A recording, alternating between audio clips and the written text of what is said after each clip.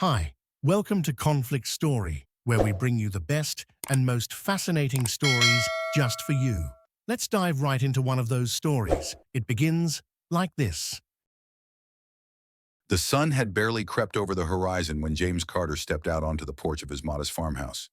He stretched, the cool morning air filling his lungs as he took in the sight of the rolling fields that had been in his family for generations. James, a 34-year-old agricultural engineer, had returned to his roots 5 years ago after leaving a high-profile corporate job in Dallas. Life on the farm was simpler, sure, but it held a deep meaning for him. Each acre, each barn, and every grain silo represented the labor and dreams of his ancestors. The morning began as usual. He fed the chickens, checked on the herd of Angus cattle grazing in the lower field, and inspected the irrigation system he'd installed last summer. Everything seemed in order until the distant hum of a vehicle broke the tranquility. He frowned, glancing down the long gravel drive that led to the farm's main gate. A sleek, black Range Rover appeared, its polished exterior gleaming in stark contrast to the earthy surroundings. The SUV came to a stop in a swirl of dust. Out stepped a woman who looked distinctly out of place. Her fitted blazer and designer heels made her presence as foreign as a palm tree in a snowstorm. She adjusted her oversized sunglasses and surveyed the farm as though inspecting a lower-end boutique. James approached cautiously, wiping his hands on his jeans. "Can I help you, ma'am?" he asked, his tone polite but firm. The woman removed her sunglasses, revealing sharp blue eyes and a frosty smile. "Are you the owner of this property?" she asked, her voice dripping with practiced authority. "That's right," James replied. "Name's James Carter. This farm's been in my family for 4 generations. What brings you here?" The woman's expression barely shifted as she pulled a manila folder from her designer tote. "My name is Karen Lively. I'm here to inform you that you're occupying land that now legally belongs to me." She thrust the folder toward him, her manicured nails glinting in the sunlight. James's heart skipped a beat. He hesitated before taking the folder and opening it. The documents inside looked official, but something felt off. "This must be some kind of mistake," he said, glancing back at Karen. "This land isn't for sale, and it hasn't been sold. Not now, not ever." Karen's smile turned predatory. "I have the deed right there," she said, tapping the folder. "I bought this property from a reputable agent, and I intend to take possession immediately. I suggest you start packing." James' grip on the folder tightened. "You've got the wrong place, lady. I don't know who sold you what, but this farm isn't going anywhere." Karen's face hardened. "If you refuse to leave, I'll have no choice but to involve the authorities. Don't make this harder than it needs to be." James's blood boiled, but he kept his voice steady. "Go ahead and call them. I'll be right here when they show up." Karen's lips pressed into a thin line as she pulled out her phone and made the call. Moments later, James did the same, dialing his parents, who were currently enjoying a rare vacation in Florida. "Mom, there's a woman here claiming she owns the farm," he said, pacing the gravel drive. "She's calling the sheriff. Can you and Dad get in touch with our lawyer?" His mother's voice was a mix of concern and disbelief. "We'll handle it, James. Just hold your ground until the sheriff gets there. This is absurd." True to Karen's word, a sheriff's cruiser arrived not long after. Sheriff Dale Briggs, a stout man with a salt and pepper beard, stepped out and adjusted his hat. He'd known the Carters for years and was a frequent visitor to their annual harvest festival. "Morning, James," he said, tipping his hat. "Mind telling me what's going on?" Before James could answer, Karen stepped forward, waving her papers. "Sheriff, I'm glad you're here. This man is refusing to vacate my property. I purchased it fair and square, and I expect you to remove him immediately." Dale raised an eyebrow and took the documents. He flipped through them slowly, his brow furrowing. "These papers look official, ma'am, but something's not adding up here." He turned to James. "Do you have your property deed on hand?" James nodded. "It's inside. I'll grab it." He returned moments later with a folder containing the original deed and tax records, all meticulously maintained by his late grandfather. Dale examined them carefully, comparing them to Karen's documents. After several tense minutes, the sheriff straightened up. "Ma'am, I'm afraid there's been a mistake. These documents you've got are fraudulent. The Carters have owned this farm for over a century, and nothing here indicates that's changed." Karen's face turned a dangerous shade of red. "That's impossible. I paid $500,000 for this property. I demand justice." Dale's tone remained calm but firm. If you've been scammed, I'd be happy to file a report and start an investigation. But as far as this farm is concerned, it's not yours. I'm going to have to ask you to leave. Karen's eyes darted between James and the sheriff, her jaw clenched. This isn't over, she hissed before storming back to her SUV. As the vehicle sped down the driveway, James let out a breath he hadn't realized he was holding. Dale placed a reassuring hand on his shoulder. I'll keep an eye on things, son. But you might want to think about putting up some security cameras. Something tells me this lady's not done causing trouble. James nodded, a mix of relief and unease settling over him. Little did he know, this was just the opening salvo in Karen's relentless campaign to claim what was never hers. 2 weeks had passed since Karen Lively's dramatic exit, but James Carter's unease lingered like a storm cloud. He'd taken Sheriff Briggs's advice and installed security cameras around the property. The added precaution didn't fully dispel his nerves, especially when he spotted a suspicious car idling near the farm's entrance one afternoon. Karen might have left, but James had the sinking feeling she wasn't done with him yet. His fears were confirmed one crisp October morning. James had just finished inspecting the north field when he noticed a familiar black Range Rover pulling into the driveway, flanked by a second vehicle. Out stepped Karen, her confident stride matched by a man in a tailored navy suit. The sight of them made James' blood pressure spike. He walked to meet them, wiping his hands on his jeans as he approached. "Back again," James said, his voice calm despite the tension building in his chest. "Didn't the sheriff make things clear last time?" Karen's smirk was razor sharp. "Oh, I'm not here to rehash old arguments," she said. "This is Arthur Grayson, my attorney. We're here to offer you a resolution." Arthur stepped forward, extending a hand James didn't shake. "Mr. Carter, let me assure you that we're here in good faith. My client is willing to offer a generous sum to purchase this property outright, far above market value." James crossed his arms. "This farm's not for sale. I told you that last time." Arthur's expression remained composed. "I understand your attachment, but my client's offer is substantial. We're prepared to pay $2 million for the property." James couldn't help but scoff. $2 million? You're not hearing me. This isn't about money. This farm's been in my family for over a century, and it's staying that way. Karen's patience visibly frayed. "Let's drop the sentimental nonsense, shall we?" she snapped. "You're clinging to a relic of the past. Think about what you could do with that kind of money. Travel, upgrade your equipment, maybe even buy a new farm." James's jaw tightened. "I'm not interested in selling, Karen. Now, unless you've got something else to say, I suggest you leave." Karen's lawyer stepped in again. "Mr. Carter, I'd advise you to consider carefully. If this matter escalates to court, it could become quite costly for you." James took a step closer, his tone sharpening. "Is that a threat?" Arthur raised his hands defensively. "Not at all, just a pragmatic observation." Karen's smile returned, but it was cold as ice. "We'll be in touch," she said before turning back to her SUV. Arthur followed, pausing only to hand James a business card. The vehicles kicked up gravel as they sped off, leaving James standing alone in the driveway, his hands clenched into fists.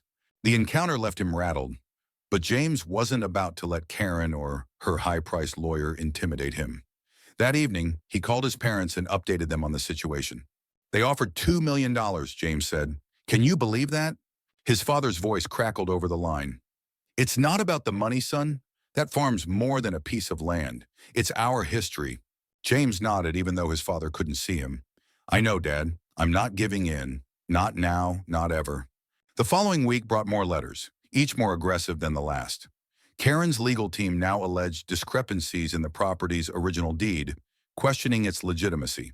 Their claims were baseless, but they still forced James to spend hours on the phone with his lawyer, Sarah Benson, gathering every document related to the farm's ownership. "Don't let them shake you," Sarah said during one of their calls. "This is a classic bullying tactic. They have no case, but they're trying to wear you down." "They're not just wasting my time," James replied. "They're wasting yours too." Sarah's laugh was dry but reassuring. "That's what they pay me for. Hang in there, James. We'll get through this." As the legal battle heated up, so did Karen's antics. One morning, James found vacant spray painted across the side of the barn. Another time, a fake "for sale" sign appeared at the end of the driveway, leading to a steady stream of confused strangers asking to tour the property.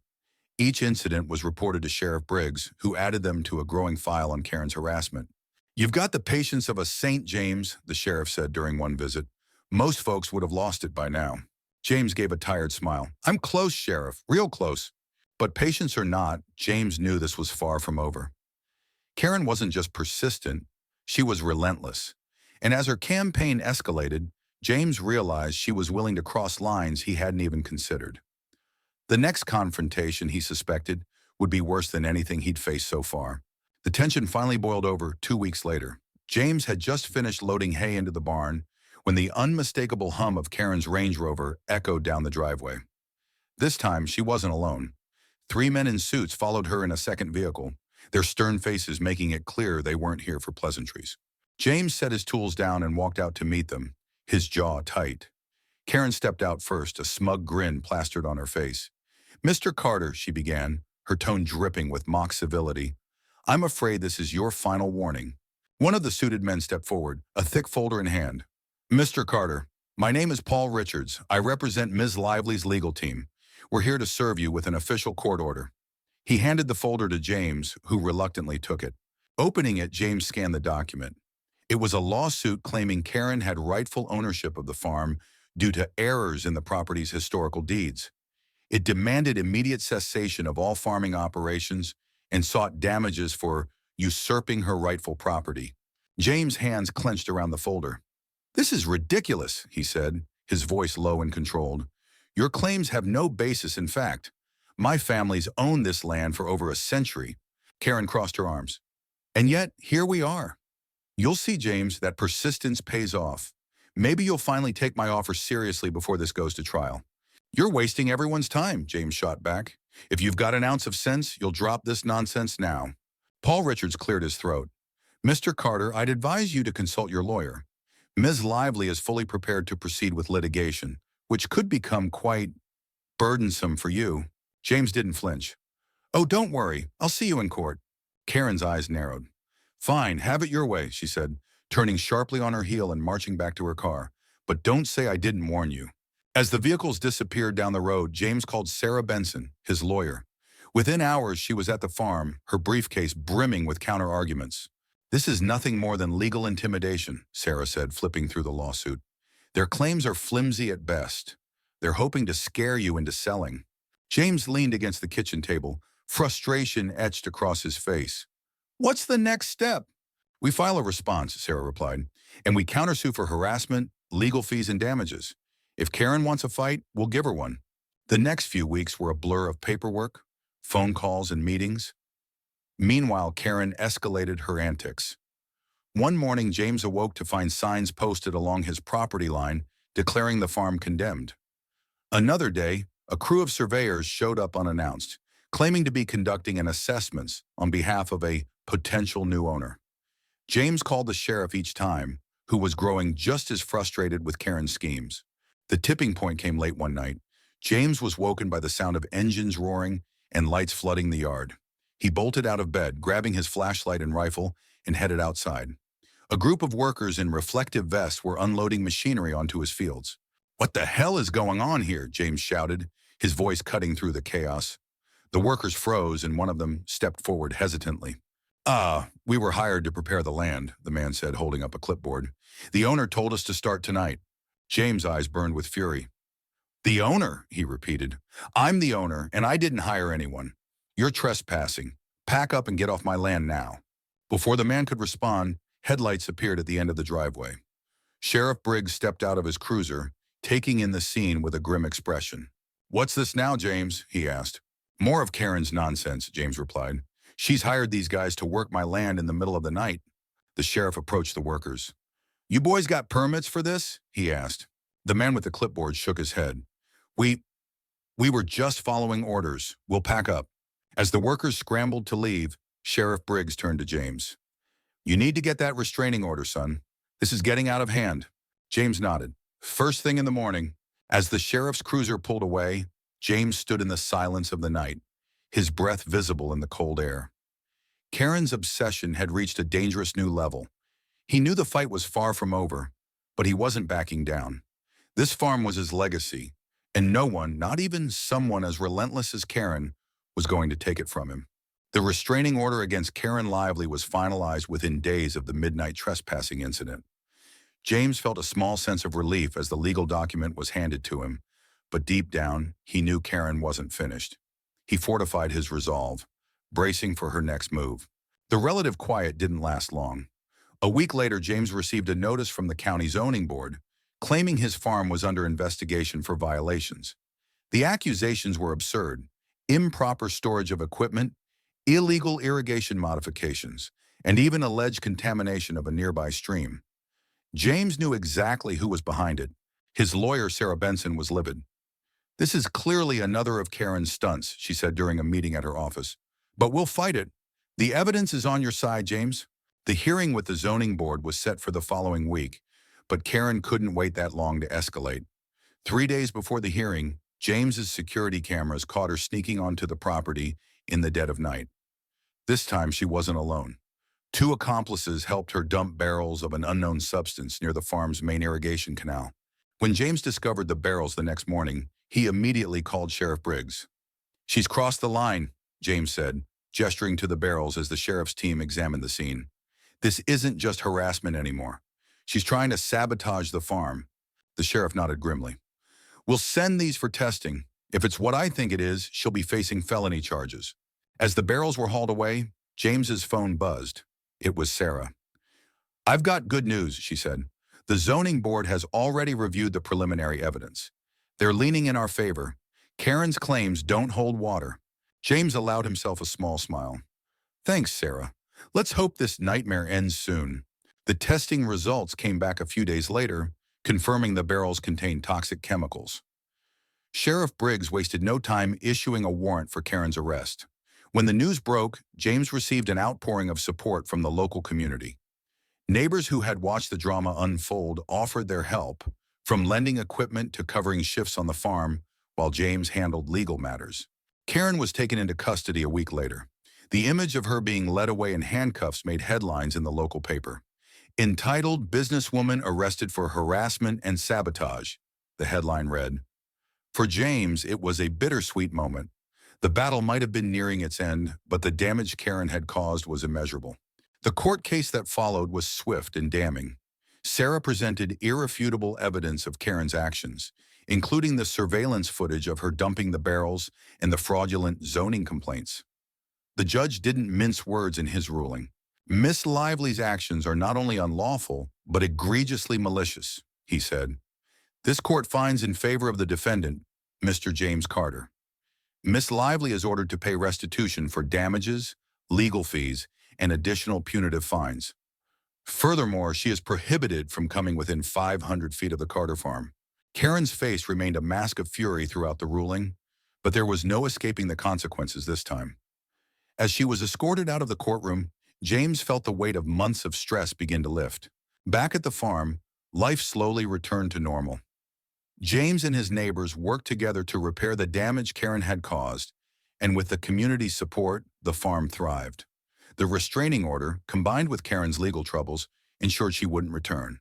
On a crisp spring evening, nearly a year after Karen first appeared, James hosted a barbecue to thank everyone who had stood by him. Friends and neighbors gathered under strings of lights hung between the barn and the house, laughing and sharing stories. Sheriff Briggs even stopped by, off duty and carrying a plate of ribs. As the sun set over the fields, James stood with his parents, looking out at the land their family had fought so hard to protect. "We did it," his mom said, squeezing his arm. "Your great-grandfather would be proud." James nodded, a deep sense of peace settling over him. "This farm is ours, and it always will be." As the gathering wound down, James made his way to the edge of the property. He stood for a moment in the quiet, looking out over the fields bathed in moonlight. The farm's legacy had endured yet another storm, and he knew it would continue to thrive for generations to come. Are you hungry for more slices of stories? Don't forget to subscribe and hit the bell to never miss out on any videos. See you tomorrow.